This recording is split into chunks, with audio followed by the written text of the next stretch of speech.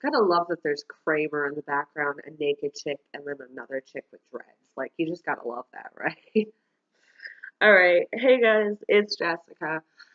Um, so I'm kind of a fan of Onision.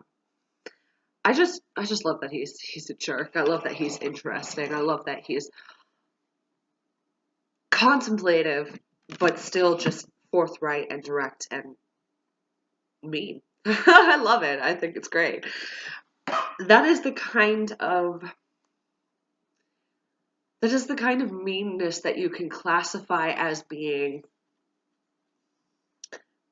unsuperficial. Like, it's something negative or distasteful, or you could even associate with the more superficial side of people. But it serves a better purpose, and at least it's somewhat honest.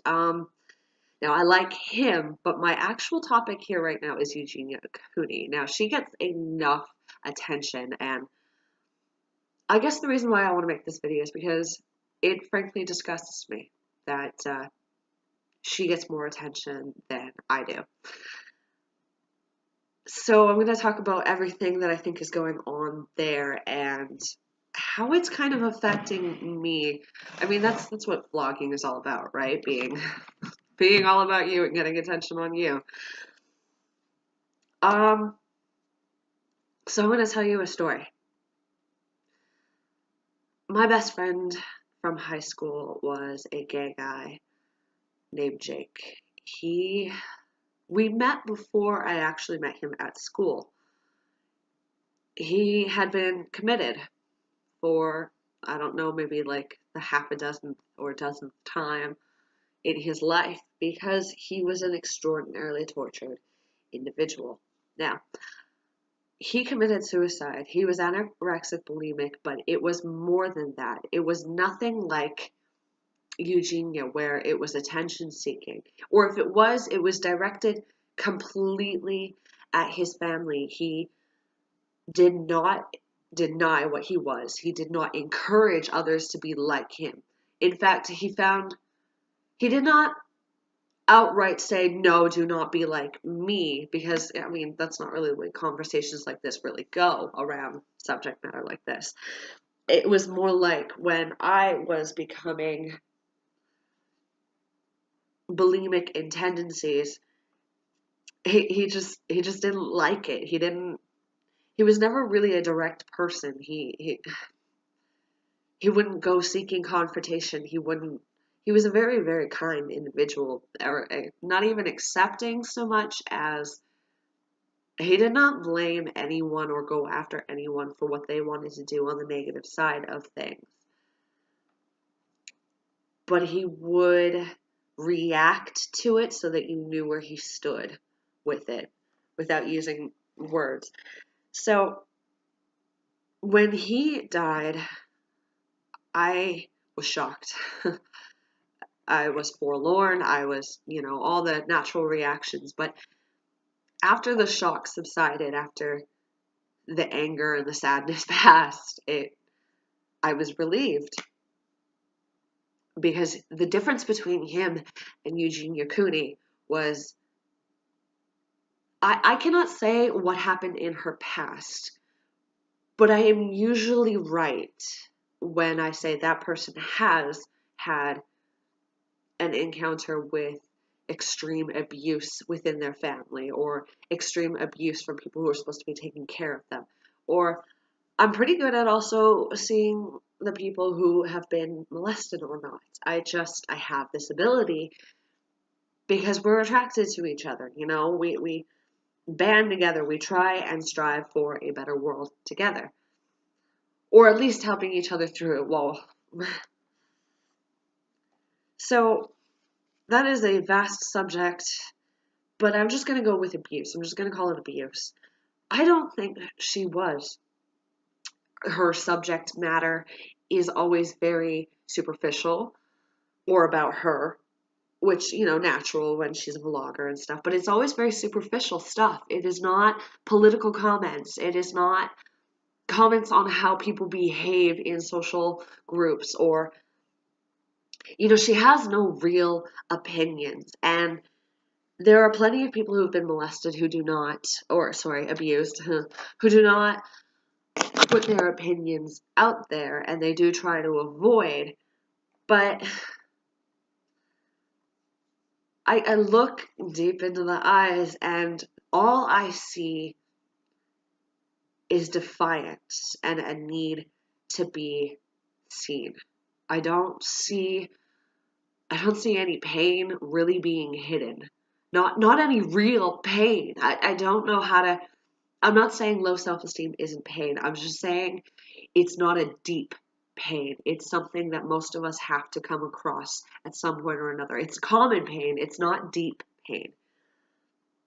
Whether or not it affects her deeply. I mean, obviously it does, but I think you can be somebody who is anorexic and not actually be deep. Um, you're using that pain to feel alive. That's what I think is going on with this girl, is I think she likes feeling the damage all over her skin. As somebody who has been attracted to various forms of that in order to find a way to get the right kind of attention on specific problems, or in order to numb the pain from everything. Pain can feel good. It can be associated in the brain as pleasure if you train your brain to, if you become used to it, if you get dopamine from some sort of satisfaction. It's like smoking, it's like drugs. These things are not good for you, but they still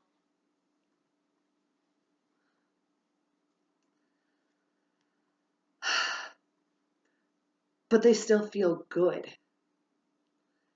because what you're getting from it is kind of an identity or an excuse for your pain. You're getting a way to direct the exact amount of pain that you have out at the world. That's even worse. You're getting a reason to display it, I guess. A reason to make it, to use it as a way to be stronger.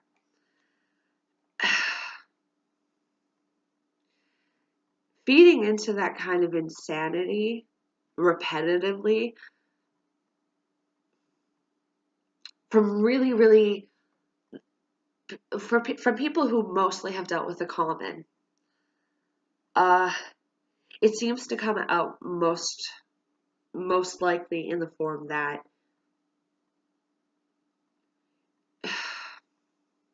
you wear it.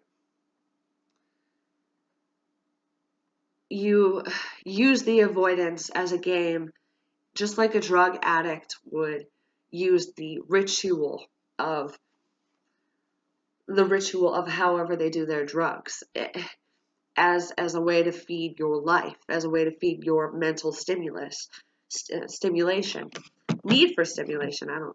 Sorry, I'm not very clear cut today, but we are in the middle of quitting smoking, quitting weed, and I'm starving, so sorry if I'm a little erratic.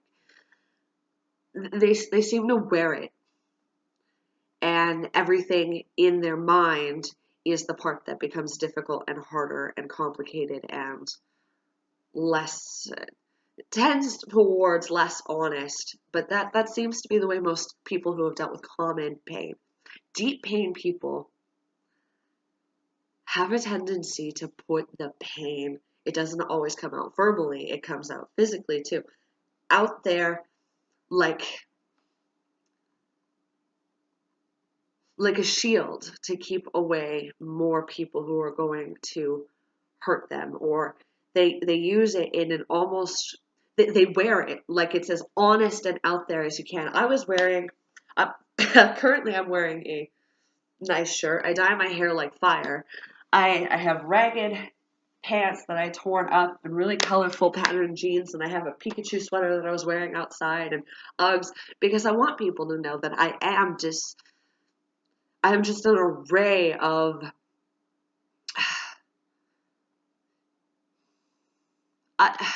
I want people to know I'm complicated. I want people to know that I'm rough around the edges so that there isn't any surprises. I want people to know that I am bright. Uh, Not always smart bright, but like just bright. I will never lose my inner child with the Pikachu thing.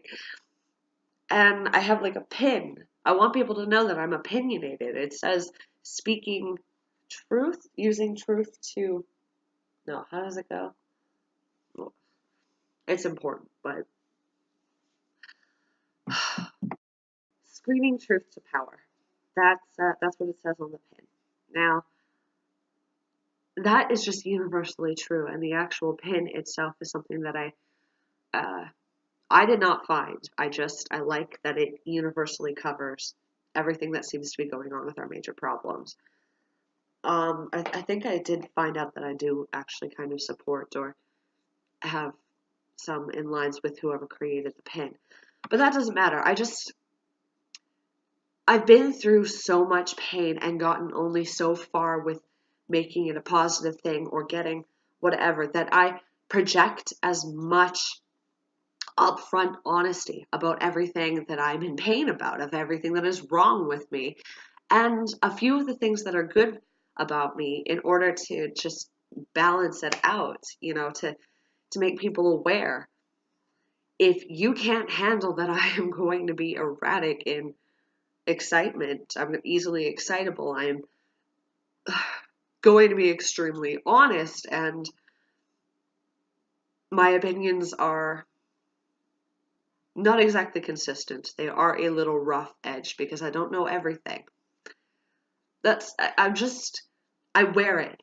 I wear it. I have a unfriendliness with strangers unless I am directly downtown. If you are near my home, I'm probably going to be closed off and rather, I'm going to probably have my resting bitch face on. Probably my my resting face is blank. Pretty damn blank.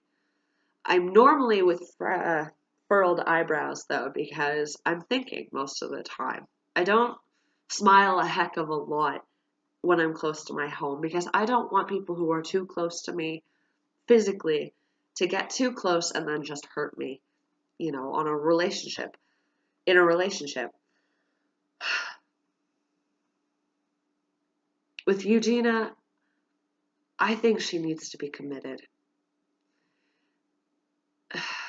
That that stems from I don't think she wants to die. I think she likes hurting herself subconsciously because it gets her attention. I think that is the biggest reason, and that is not always a bad thing if there are huge issues to deal with. But everybody keeps saying that that they like her personality, and I don't see what there is to like. She only talks about clothes and the way she looks and things that things that frankly do not help the world one way or another.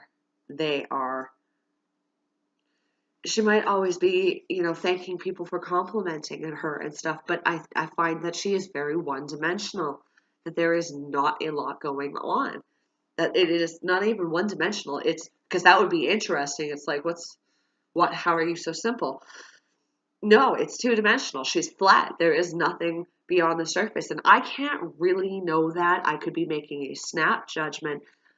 Well, it wouldn't be a snap judgment, but I could be making an incorrect judgment.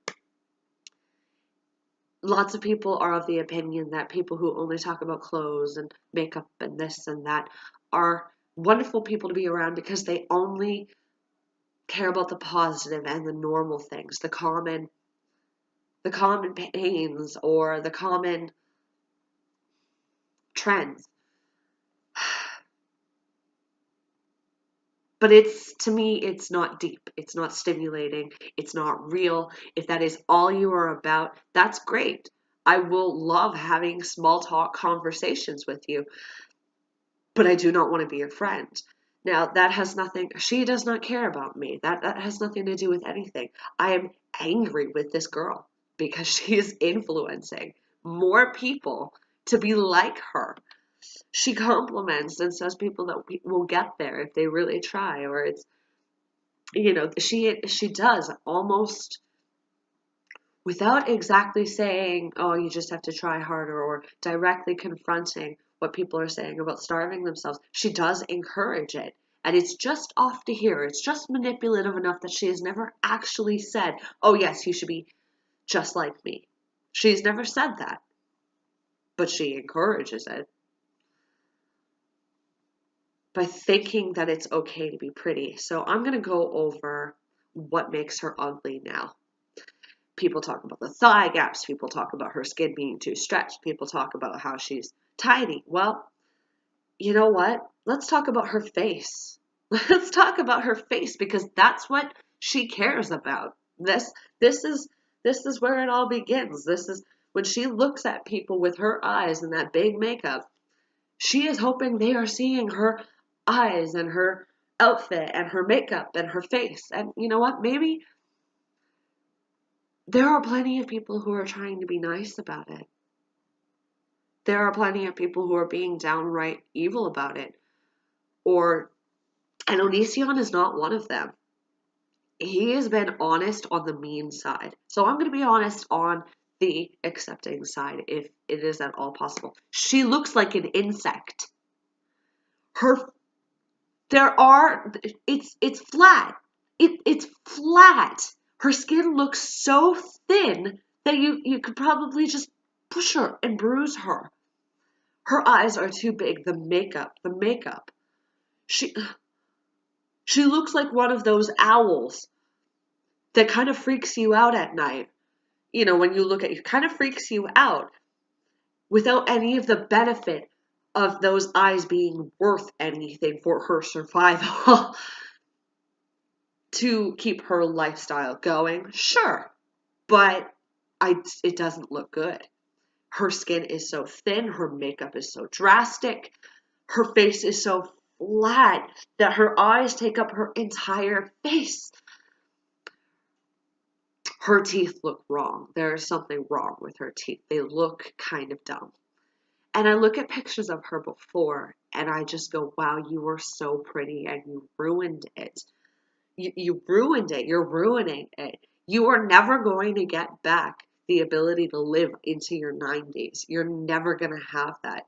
Now, to make a fair comparison, I'm fat. I am officially slightly into the obese line for somebody my height and age. As a woman who is supposed to be 20%, 15 to 20% body fat. There are people who are naturally 4 to 10% body fat. You are not one of them, Eugenia Cooney. I am sorry, but you're not. Now, I am never going to be that kind of girl. I am not supposed to weigh 130, 140. I am a 150, 145 to 155 kind of girl. 160 if I binge that 1 week before my period. You know what I mean? That is who I am. And she actually negatively impacts me and my kind of girls into thinking, you know what? I'm just going to get fatter. I'm just going to eat whatever I want because at least I don't look like that. At least the health problems it could cause could be slower. At least I'm not deprived. At least I'm enjoying myself and doing something I'm supposed to be doing, which is eating. That does not make it right. I need to get on top of it. I need to drop the 20 pounds that I have gained. I lost 20 pounds, which was extraordinarily difficult. Let me tell you, people, that last 10 pounds was just not coming off. Then my environment drastically changed and I could not keep up. And then I actively, consciously decided, to hell with it. I'm not going to exercise. To hell with it. I'm going to eat what I want. I know this stuff is bad, but I'm going to eat it anyway. And that's no good either. The difference is I will admit it. I will admit I have a problem. And I want to change it. So I think I'm going to directly associate myself with Eugenia Cooney in order to stimulate myself to get skinnier and show people what it's supposed to look like. I have no idea what I weigh. I am guessing I am 200 pounds. I'm guessing. That is not good. My heart hurts. I frequently get, and I'm sure the smoking does not help. It's supposed to make you lose weight, but you know what? I'm pretty sure it impedes me because I cannot run the way that I could when I was down to 5. And I have a lot of issues. Eugenia seems to have 2. And one of them is something that most people, or that a lot of people would consider not an issue, the whole superficial thing. Then she has the anorexia. Not somebody with deep pain. I'm sorry, just not. I could be wrong. I really doubt it. So, I think I'm going to directly associate my getting better and getting on top of it with Eugenia Cooney because there is a similar pattern there in order to get yourself into a balanced position. You want, I don't know what I weigh right now, but I want to be 150. On average, I want to be 150. That would make me curvy, muscular where I'm supposed to be, and I'm a mesomorph. Mesomorph? Mesomorph? I develop muscle quite easily. Fat does not come easily to me. Muscle does. Being thin will never come easily to me, but gaining muscle and being strong always will. So I'm lucky. I'm a thicker girl. I'm sorry, but that body mass index does not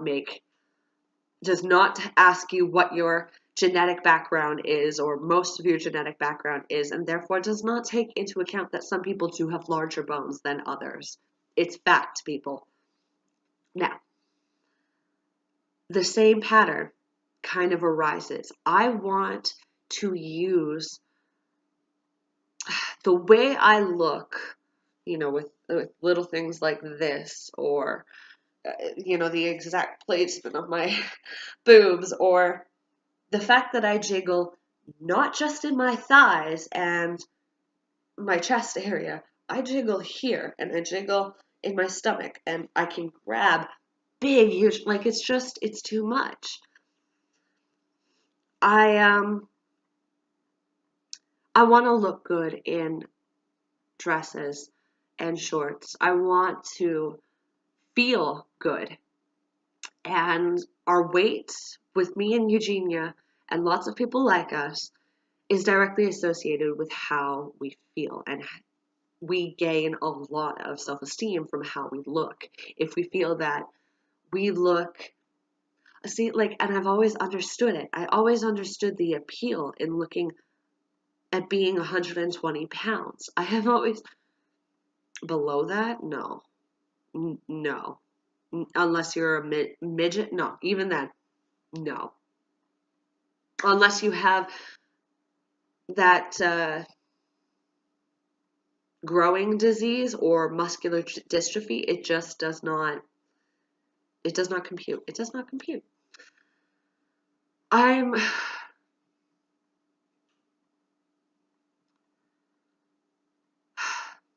I'm angry that I can see where the appeal is. I'm angry that I feel bad about myself for trying to lose weight. I'm happy that people like that exist, not to that extreme with the actual anorexia, but I'm happy that people like that exist in that I can use them to know when I'm going over the line and be afraid of going too far in the opposite direction. 140 was a goal of mine. It can't be. It cannot be. That is something that should come out of wanting to be extraordinarily flexible, and exercising all the time in order to gain that. 140 is something for me that should be about being a physical person, and extremely so. Wanting to achieve goals in dancing and wanting to achieve goals in you know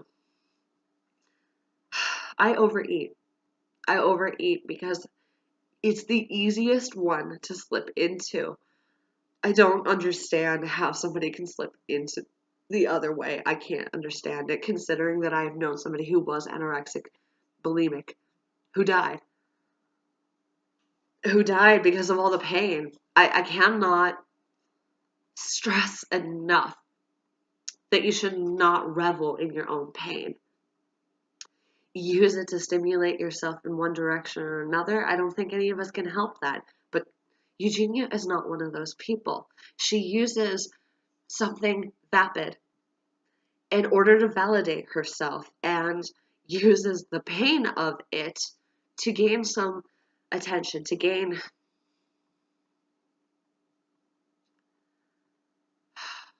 if there was a simple way to put it,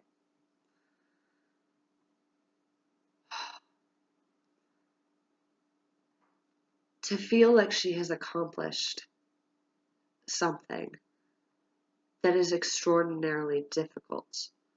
And instead of it being dancing, instead of it being designing absolutely all of your own clothes, instead of it being something like,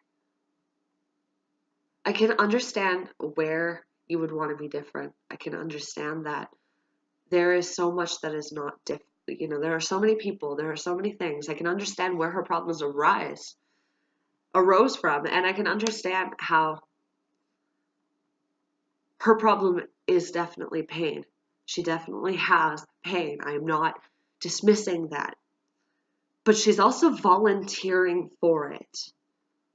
There was none of us can help the way people look at negatives. None of us can help that there is a caste system, be it the social one or the having to do with money. And nobody can really help these things, but how you react to it and what you give out to the world is more important than your feelings. It just is. Not a lot of people act that way, but hopefully by associating myself with Eugenia's problem in order to keep my own problem balanced and maybe attract enough people looking at my progress that some people will come up with me and do it with me, follow my lead, or go the opposite direction. I think it is important to look at all sides of the topic. I am an average girl. I'm overweight by about 30, maybe 40 pounds. I actually don't know if I'm 180 or 200. I really don't know. I need a scale. Oh, but they're evil. But I do know that I am officially into the obese side of it. And I can drop it in 6 months. I can get back to just a little bit overweight. So that's what I'm going to do. Over the course of the next 6 months, I'm going to try and give a 20-minute video of what I do. Of every week, I'm going to show you my progress.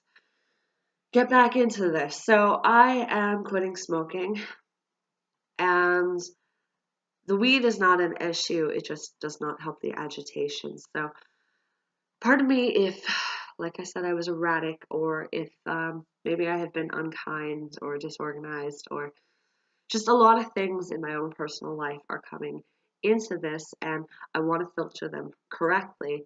So hopefully you gain something from my comparison of the pain and my comparison of the two opposite ways of having eating disorders or eating problems and weight problems. All right, so much love. Thank you for giving me some attention, despite the fact that I had to get it through rather negative means and rather piggybacking shitty means. But I have other videos, and I have tried other ways of getting more viewers, so hopefully you can relate to this. Hopefully you find some of this useful, and hopefully I get a whole whack load of entertaining comments to dismiss or counteract. All right. Much love.